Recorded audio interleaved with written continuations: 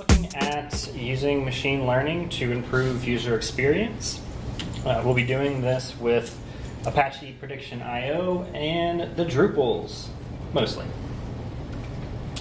So, my name's Chris. I'm the lead Drupal engineer at MindGrub. We are headquartered in Baltimore, but kind of scattered up and down the East Coast.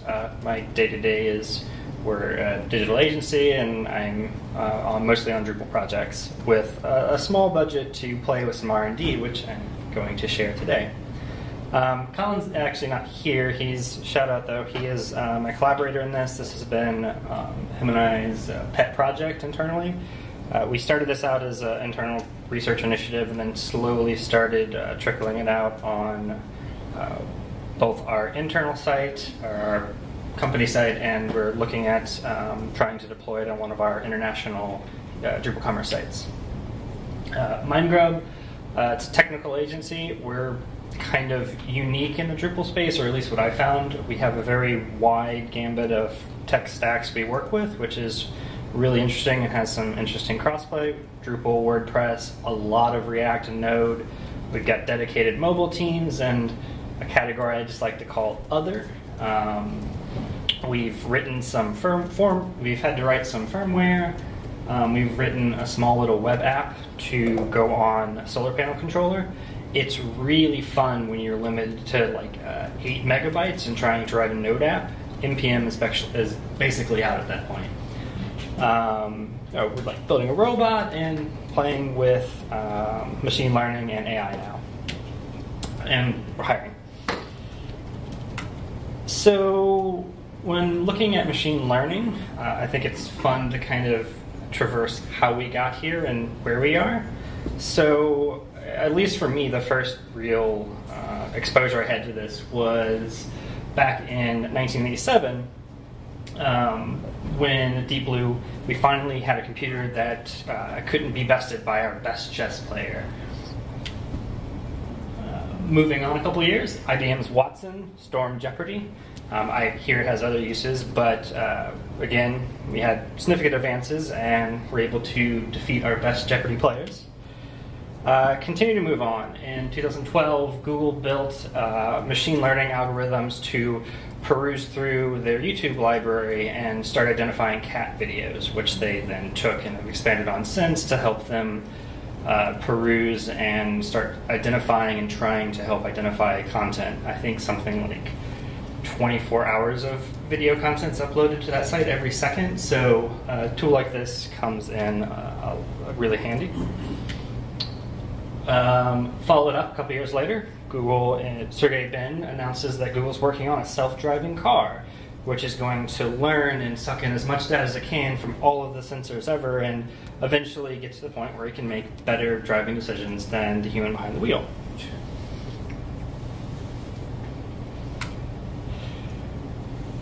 So looking at machine learning kind of from a high-level view, want to look at what it isn't. It's not magic. It's not end-all be-all. It's not going to magically solve all your problems. It's not going to accidentally replace your entire agency or start putting people out of work. It's not Skynet. It's not inherently evil, and it's not something we should just inherently avoid. No, at least not yet. Google's working on it. So what is machine learning? It's really just predictive analysis and using some of our best known data algorithms from the computer science and data science world to better understand, to find patterns, do data modeling, data clustering. And it's become more accessible in the last few years as the cloud boom has continued to lower the overall computing prices. We no longer would have to find hardware like Watson. This is now available to scale on demand. So it's a lot more accessible to us, and I think it's now a viable option for us at the web developer level. But more or less, for what we're looking at, it's going to be relying heavily on using existing algorithms. The field of computer science has been looking at big data problems since the mid-'80s. We've got really good algorithms for sifting through a lot of data. More or less, we're just looking at implementing those into a tech stack and making it accessible to all of our web apps. And it learns.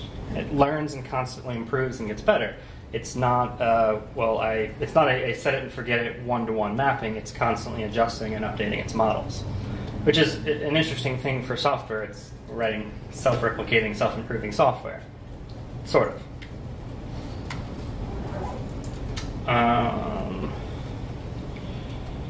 So looking at how it learns, and this is just a wild, quick pass at machine learning and this field and study of computer science.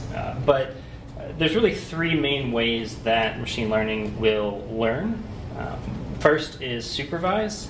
Think of that very much like a teacher supervises someone in class.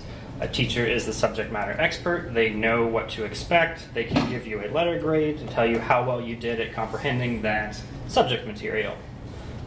So when we're looking at supervise, we understand what the input data is and we understand what the output data we would like.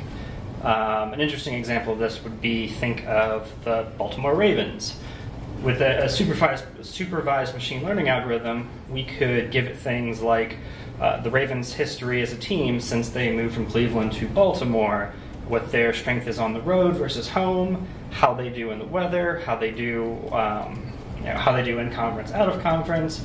And granted, sports is wildly unpredictable. We can't say if there are going to be bad calls made, what the weather is going to be like, who's injured, who's not injured, who's suspended. But we could look and get some historical significant data and get some indication of what the likelihood it is that Baltimore would win. And you might start seeing some trends there. Like, we tend to, as a team, not do the best when we have to ship across to the West Coast and play away, especially when when we have a moderately strong record. But that's just one example of supervised machine learning. We're more or less holding the hand of the data algorithms. Unsupervised is a whole other animal. This is where we don't know what the output should be, and we don't even understand really what it is we're asking for. This is more related to data modeling. We can just pump and give it all of the data ever. An interesting kind of thought of an example of unsupervised machine learning would be giving an algorithm access to YouTube as a whole with millions and millions of videos.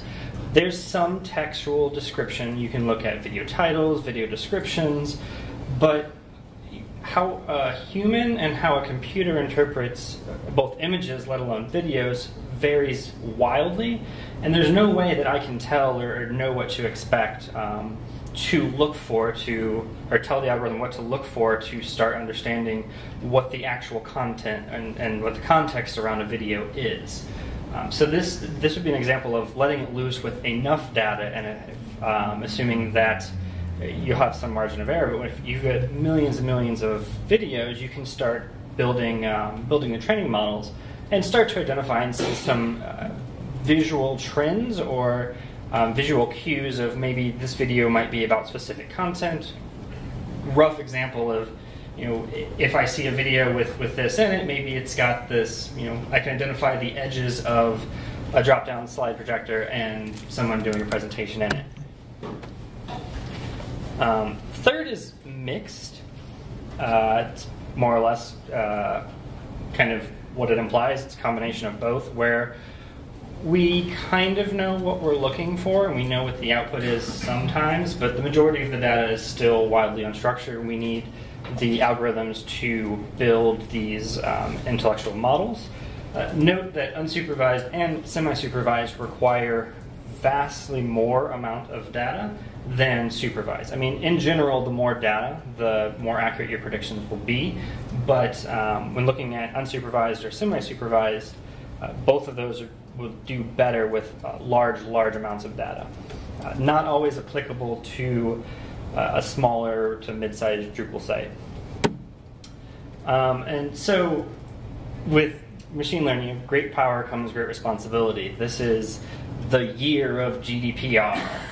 But beyond that, it's kind of worth thinking about your end users and keeping in mind that your users aren't just a JSON array of a path that maps them through. These are still human beings. We're still building software at the end of the day for human beings, always and hopefully indefinitely into the future. So be aware of what you're mapping, what patterns you're building, and how you're storing that data. Is it relatable to any personal identifiable information? How so? A brief example would be if you're doing some kind of predictive analysis for a health insurance vendor. You want to be careful of how much you're associating the data that the algorithms are coming up with and how closely coupled that is with personally identifiable information. At the end of the day, I feel it's still our responsibility, GDPR or no, to protect our end users' data as much as possible. So keep that in mind, especially as I keep saying, gather all of the data ever. So looking at Prediction.io as a tech stack, we looked at a couple options for this, but we ended up going with Prediction.io. So Prediction.io, first and foremost, is open source, which was a win for us. It's currently under the Apache 2 license, which I imagine it will stay. And this was a big win for us because while this is an interesting R&D endeavor for us, none of us at MindGrub are current Scala experts or data scientists. But much like the Drupal ecosystem, there's a module for that. And there's a large amount of community contributed data engines already available that we leverage, extend, and use throughout our implementation of this. So the other win for us was it's very easy to wire up to web apps. This ties back into MindGrub's a very diverse company, and we rely a lot on API integrations between our mobile apps in a data center, our web products. So the fact that it was open source, had some contributions, and we could easily wire it up with the REST API to all of our products ever was an easy win for us. I think this makes it really approachable. Also, has a fantastic logo. I love their frog mascot. All good projects need a good logo and mascot. So, as I was mentioning earlier, Prediction.io will communicate back and forth with your web apps or singular web app, but it'll do so via REST calls. It consists of more or less 3 components to consider. That is the event server, which will interpret and process your data, figure out how to store it, where to store it, and what happens next with it. A data storage medium. By default, this is an Apache project, it thinks it wants to use HBase, Elasticsearch, and the local file system. You can do that. HBase scales extremely well for real-time reads and writes, but is a memory hog when trying to do a little smaller scale rollout or local development. A Docker image that more or less requires 8 gigs to run is kind of problematic. So you also have options of MySQL and Postgres. I would recommend those. Those are more approachable options, especially as Drupal developers. And the third aspect has these machine learning engines that are very similar to Drupal's module system. They're more or less plug and play. We have options. There's multiple options for almost every problem there is out there. So here's just a high-level overview of kind of what the flow looks like. And so you've got your web apps. This could be multiple websites, website, mobile app, whatever either a singular client or multiple clients has. They will push data back and forth that is relevant to your learning algorithms. That's could be what products is a user looking at and checking out? What are they buying in batches and carts together? What articles are they going through? What is their path through the website? That goes to the event server where that data is then stored and analyzed. And then our engines will take that data, they will train models off of that, and then make its best predictions off of those data models. And it's this constant iterative cycle. Your web apps, along with pushing event data to the event server, can request some kind of predictive query of how likely is a user to buy an SD card when they're looking at a DSLR camera. And we can, queries can be product recommendations, text similarity, all. We'll get into a little bit more in a little bit, but you have a lot of options for what kind of data you're querying and getting back. So to look briefly at kind of the aspects, I'm not going to touch on HBase and Elasticsearch. Storage is storage. It's more or less pluggable with how the tech stack is built. Again, look at MySQL Postgres. But the event server is built on top of Apache Spark. Its primary job is to analyze the data, and then we'll pass the data on to whatever your storage medium is and make it available for the machine learning engines. And if needed, sometimes you can configure your event data server to retrain the models on some kind of iterative cycle. Otherwise, that keeps the data fresh, that keeps the models more up to date, depending on what you're looking at. Depends on how often you have to retrain the models. Worth noting, you don't have to exclusively push event data or any of the data points over the REST API. You can just batch process it, which is wonderful. We're currently looking at actually deploying this on a migration, but we're pulling a lot of event data out of a site that was initially built in 2006. Luckily, they put Google Analytics pretty thoroughly throughout, but it's remained on the same tech stack. So we've got years and years of analytics data. We're extrapolating that out and starting to stick that into the machine learning algorithm to see how we can best identify related products, what's the user's journey through a site, and that has tons of values for both us in ensuring that the client's happy when we do the migration, and for the client to making sure that the successes they had on the old site are replicated on the new site. And maybe even we elaborate on that by connecting paths and making the user experience better than it was because we have this data in all this now. Next, just want to briefly talk about the engines. This is more or less the brain of the stack. This is where the magic happens, the implementation of your data algorithms. This will do the thinking, the training, the modeling. The data engines are what are queried specifically for your predictive results. And again, more data, more better. That's ultimately going to be the theme for all data science work. What's interesting and what we're looking at now in regards to more data, a lot of our Drupal sites on their own don't have enough data, but what we're finding is there is relevant data that is useful to multiple of our clients across industry sectors. So just for example, we can pull in a lot of analysis data of higher ed universities because that's a pretty popular sector in Drupal. Drupal does well there. But ultimately, the user segmentation and the path flows they take, especially new users, is very similar. There's a lot of overlap there between several of our clients. So we're also evaluating whether or not we can ingest data from multiple sources to have better predictive analysis. Oh, that is terrible. Sorry for the transparent background. But brief little flow diagram of what the architecture looks like between Prediction.io stack and your web apps. You can have, it's much like Solar and Elasticsearch, you can have a singular server and multiple apps wired up to it. The apps are all prefixed, your data can be stored separately, or however you need to configure that.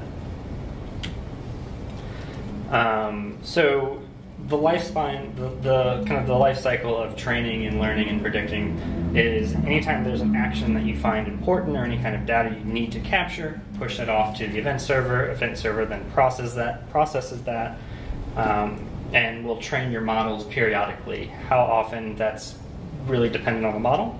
And then your web app can also make queries against those models. I'm going to look at a brief demo. But before I do that, well, all right, looks like we're just going in. There it is. So initial setup, I'm just going to glaze over this bit. For this to work, you obviously need to have prediction.io set up and installed, all of its dependencies. I would highly recommend whatever your virtualized approach is, take that. It's always a nightmare dealing with installing a ton of Java and Java-based dependencies on your local system. We have a self-contained Docker image. Not ideal. I mean, it's very much meant for local development, but it's self-contained and has all of the dependencies running in the same image together. It works very well with Doxel. I just haven't tested out with all of the current local dev options for Drupal. But once you have prediction.io running, you can then install your engines. It's not difficult. It's in the documentations. The documentation is your friend there. It's more or less install, put it where it belongs. Unlike Drupal, it's Java and Scala, so you have to compile. But after that, you're good to go.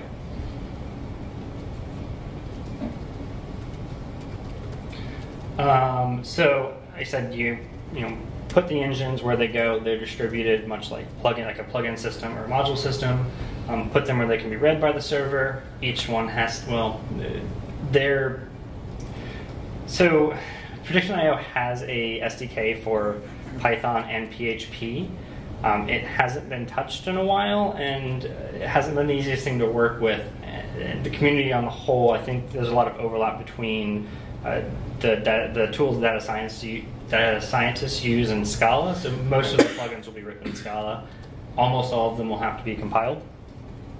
So you just put them where they belong, because I didn't want to wait for Scala to compile during a presentation.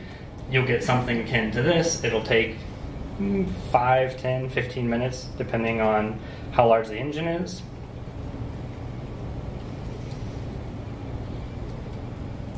After you have it installed, now it's time to train it. All we have is an algorithm, an implementation of an algorithm, and an event server with no data. It's effectively useless. You're querying a blank REST server. So for there, it's really simple. It's PyoTrain. You can, most of the community contributed plugins come with some kind of sample or example data. And you can feed it that and then train. This will tell the engine to look at the data stores from the event server, and then it will build predictive models off of that data. Again, because I didn't want to wait forever for that to happen, you'll see something akin to this. So let's see if... So I have my Pyo server running. It's prediction.io. I've got several apps currently running that I'm writing data to or have written data to. And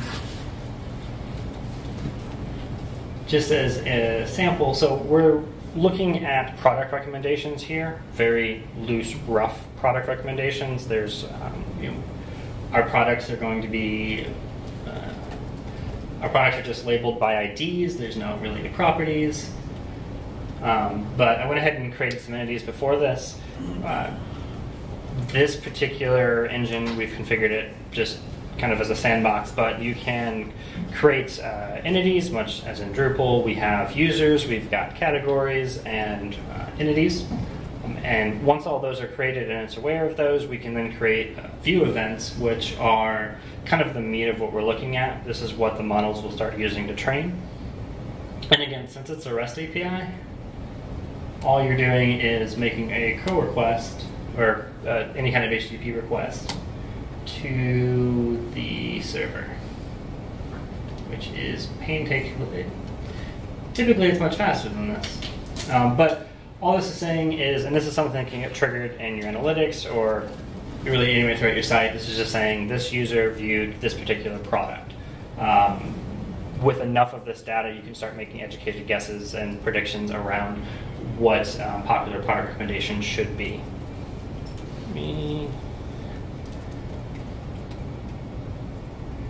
Yeah, that's running. Interesting.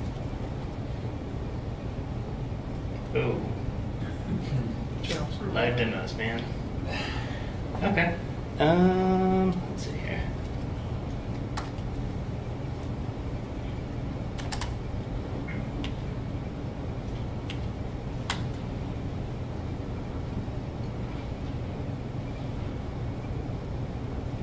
I think Java is the most verbose language I've ever worked with.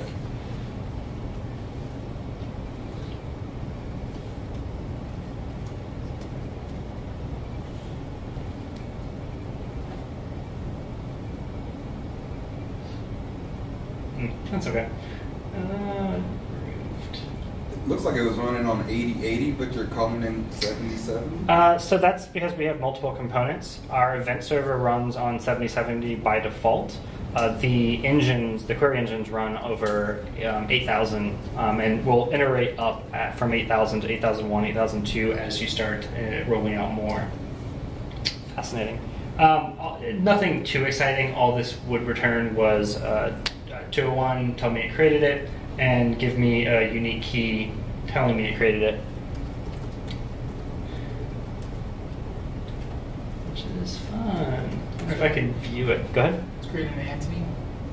That was creating it's a view event data. That's just a record of this user at this time viewed this entity. And we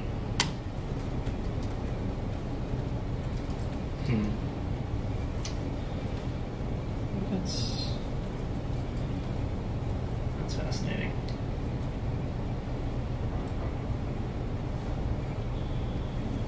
So from an overall picture, so this would be running on the same server as the Drupal instance? I would not know. If you've ever used Solar with Drupal, it's much to that. Give it its own container, its own server, whatever works with your infrastructure. I think we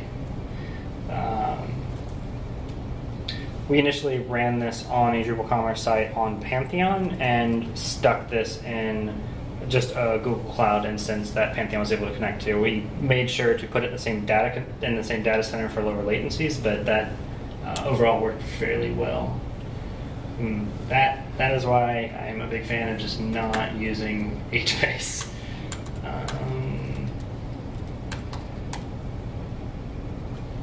So I guess I'm missing the big picture. So you have your entity created in Drupal, right? And there's users going on your site, right? And then there's some type of service or something that's tracking everywhere they're going, and then you're extracting that data from the event server. Right. So we would do something like hook into wonderful. Okay. We would do something on every entity creation, like hook entity creator or whatever it is, to make sure that all of the entities are created on the event server.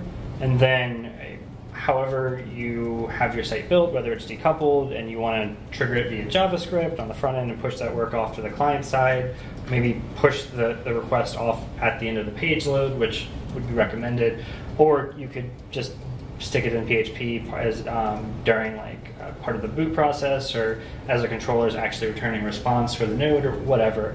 Ultimately, it's just whenever that user views that entity, that node, that product, whatever that means in your architecture, you're firing off some kind of post request to the event server to just log that data.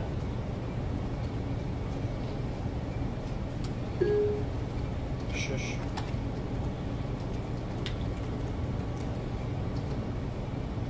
This is a consistent problem we've had with HBase, just dying quietly in the background.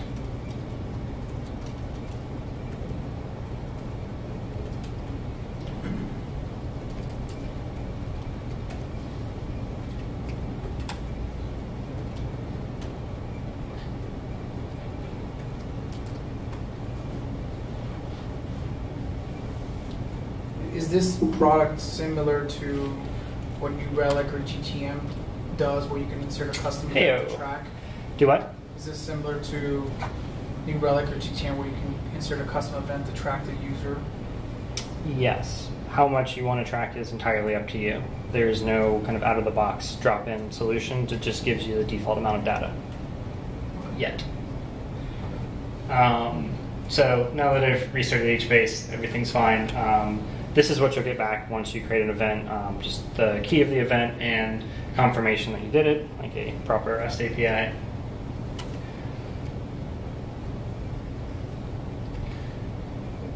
So now, okay, so now I should be able to hit that event server. And I don't know how to make the font bigger on this, so sorry. But here you can see a list of just all of the events that I've already pushed to the server. So this is completely fabricated data of a user's journey through the site. And again, this was a very rough around the edges. My entity IDs are just I1, I0, categories are C1, 2, 3, and 4. But this is just the data we have collected that Apache Spark and Prediction.io have stuck in our storage medium that the engines are then training the models off of. Now, what I should be able to do is make a request. That was the event server. I should be able to make a request to the query engine and get some relevant scores around a user is looking at the entity with the ID I1. How likely or what are the most relevant, most recommended products or entities related to that? Java stack trace. That's okay. Here's the response to get back. This is, it's somewhat feels familiar if you've worked with Solr a lot, in that you'll get scoring of all relevant entities related to what you're querying for. And then what you do with this is entirely up to your client-side implementation, how many of these you want. The APIs are really robust out of the box with what you want to query for. It's very similar to like Drupal's JSON API module. You get a lot right out of the box, and you can very easily extend and act upon that if you want to. If you want to get, maybe you want to, if this was a product catalog, you could query for products with the highest score that are also in stock, that also have internationalization in the same language of this particular user's journey through the site. All of that with client-side implementation, the user doesn't have to worry about it. You don't have to worry about constantly updating the two systems. All the user sees is the highest recommended products related to their journey through the site. So the engines, these magic query prediction tools, you can build your own. As mentioned, most of them are in Scala. There are some in Java. There are roughly supported PHP SDKs. Good luck. But that's okay. One of the reasons that drew us to this was how vast their user-contributed library was and how active their community was. Personally, I look for open source community activity, how receptive and inviting they are, before picking up a new technology like this. I feel like this is something we can invest time in that's not going to fizzle out and isn't going to be a very hostile or unforgiving community to work with. So I'm not going to cover all of these. This is just a brief overview of some of the product or some of the prediction engines they have, broken up into rough categories.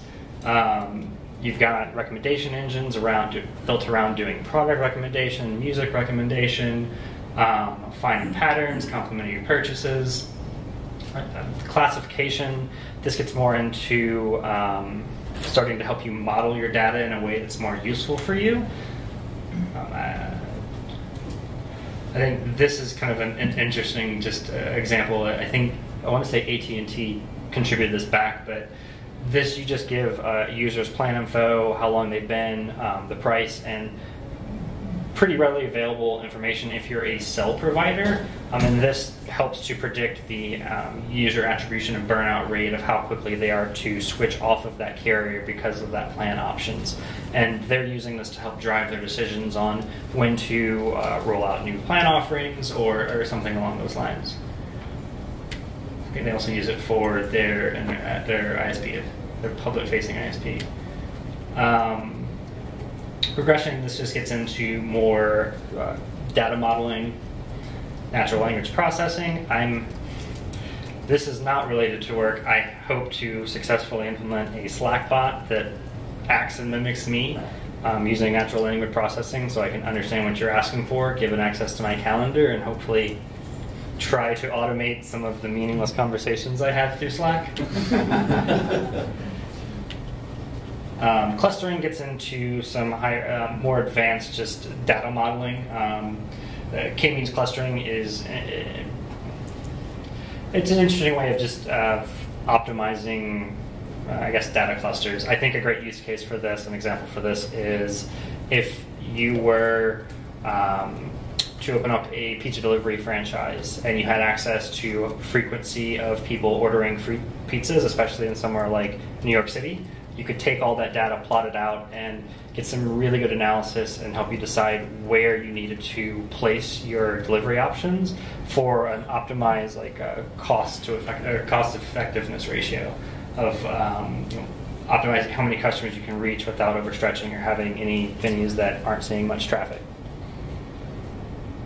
Similarity is it's very similar to product recommendation. There are a few others, but check it out. I think a lot of these are, Prediction.io maintains a list out to all of these user contributed engines that I think is really well done. Demo number 2. So we did this. We actually started implementing this on our actual website. This is our website now, a couple months old, but this is the best example I had. This came from a push actually from digital marketing. We had some allocation at the beginning of summer and had some engineering. We more or less went with them and asked them what we could do to make their life better, and a lot of it was focused around better segmenting users and contextually showing data according to those segments and the journeys they were trying to take through the site. Our site was an easy example to build and do a proof of concept and then roll out. Mentioning our tech stack earlier, most of the people coming to our site fall into one of two segments very quick. That is, you're either looking to engage us as a web agency or a mobile agency. There's not often at least in the initial contact, there's not a lot of overlap there, and you're either very much interested in web and very much interested in mobile. So we were looking to build some predictive analysis and dynamically update our content around that. So we just have, despite my loathing of slideshows, we have slideshow. Has 3 slides in it. One is for the Light City app we do in Baltimore. It's an event, we do the app, and it usually gets a lot of community traction, so we're highlighting it at the time. Our other two slides are prominent case study about mobile, prominent case study about web, with kind of our high-value industry sectors. So how this works, by default, we show the Light City one, and they're just in a default order. What we do is we already have a lot of event data in our event server, and we've got storage engines we've got machine learning algorithms looking at product similarity and text similarity. And we're trying to use those to understand, as you consume a piece of content on our site, what segment can we put you in with confidence. So I'm going to go down here and just click on a couple pages. I'm going to go to mobile. I'm going to go to news. So I'm looking at basically our mobile landing page. And I will look at, let's see, we did a blog post about this. I'll look at our graphic audio, we'll look at the rural farms post, read it thoroughly. Now I'll go back to the home page. And I should see, perfect. We are calling out to our query server, and we've decided with a lot of confidence, actually, that this user is trying to engage us or is interested in mobile. So we're going to just contextually switch out on the page and start prominently showing all of our mobile data, or our mobile content first. Obviously, this isn't something we would have disclosed to the end user, but it's just a nice visual tool of we've got a confidence score back from the engine that we're 100% sure this user that only clicked on mobile-related content is interested in mobile. And then we look at web, and we need to adjust these scores, but while we're sure that they weren't looking as much mobile as web, there's a lot of overlap in that we mention our company name a lot. We're a tech company. A lot of the articles have to do with Baltimore, so there's room for adjustment there. And I think a lot of the engines are customizable. You can use like stop words or do different weighting with different words of how you want to do your text analysis. We'll probably adjust our scores a lot after this, but on our site now, we've started swapping out the content just in a very subtle fashion. We're calling out to it, and we're serving up content from our machine learning server that better fits the user's needs.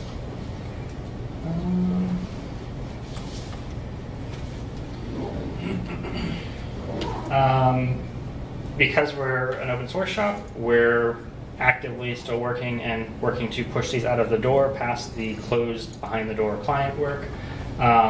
We will be releasing and updating the official Docker prediction IO image. There is one out there. It sort of works. It doesn't scale at all, and so we had to rewrite it for our production use, and it makes development miserable. So we've updated that. That's already available, and I'll link to it at the end of my slides, but we're going to continue to update that image moving forward. So if you use DDEV, Doxel, Docker for Mac, or whatever your flavor is, you can easily hop in and grab this.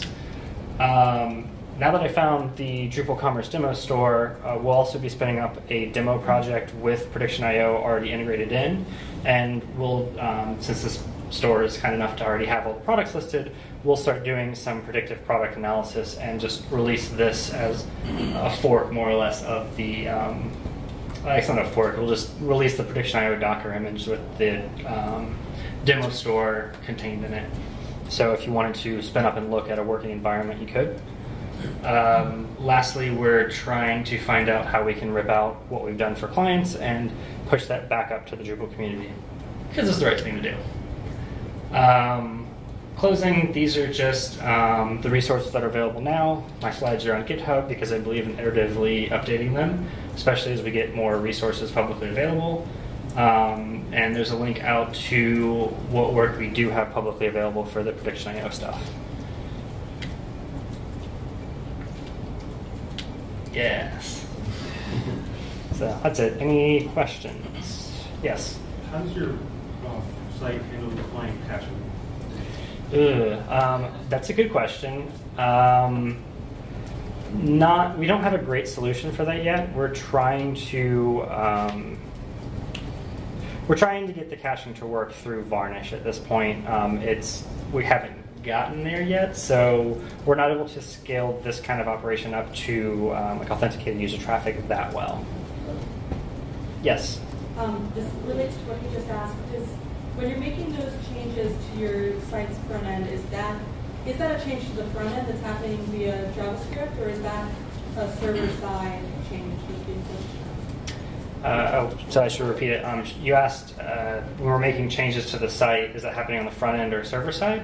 Like predictions based on, for instance, whether the client is interested in mobile or web development. Is that a server side? We have pushed all of that off to client side.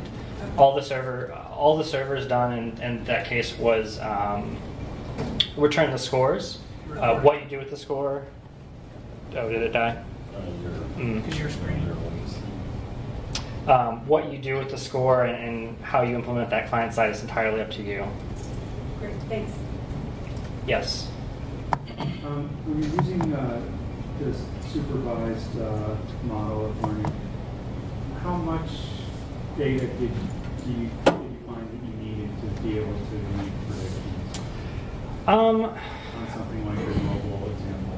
So we got really fortunate.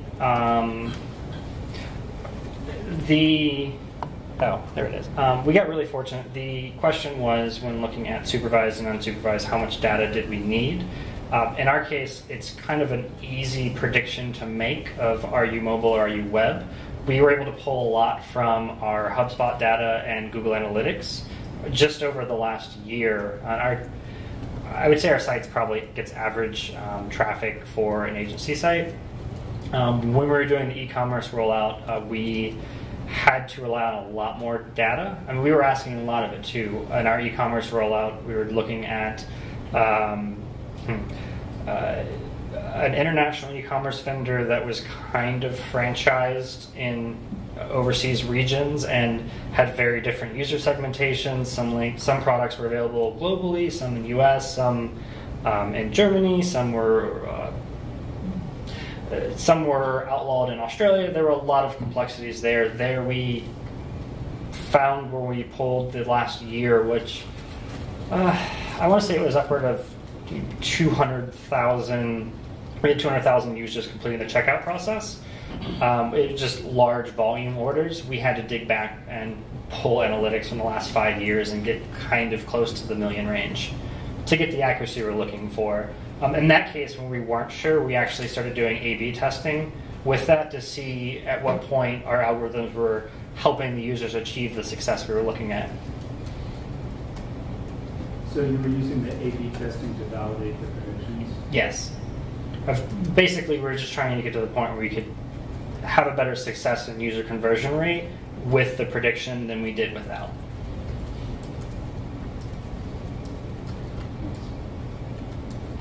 Anything else? So our company does very similar stuff, but not with like an event server and so forth. Mm-hmm. This is very similar to just, I think, correct me if I'm wrong, like basically finding people in certain segments like Lyft, or you can use with Google Optimize for different users in different segments. Mm-hmm. What I'm trying to figure out is from the machine learning aspect, other than writing events based on your funnel, right? How is it learning more about the user except what you're defining, like which funnel they fall in, and just writing an event to a server? I think especially with supervised, you can collect tons of event data. I mean, it's easy to think about it as Google Analytics, so following users through their journey. Like data collection, like right. Like we can also Lyft, right? We can also get their conversion rate, drop-off rate, see where it's successful, not successful, and try to target those with the machine learning to see if we have a very bad drop-off, hypothetically, on our product catalog page. We have really bad drop-off rates. We can look and see maybe there's an opportunity to improve our product recommendation because how we're displaying them is not useful to the users as we'd like. So if you have like a high bounce rate, you guys add some more event logic on Mm-hmm. that product backlog, and then you basically are trying to figure out how you can improve that. So you're not using it from a personalization standpoint, you're using it for how you can change your roadmap for the company or so forth. In these examples, mostly yes. I mean, really the power of the machine learning is you get the data computation and analysis.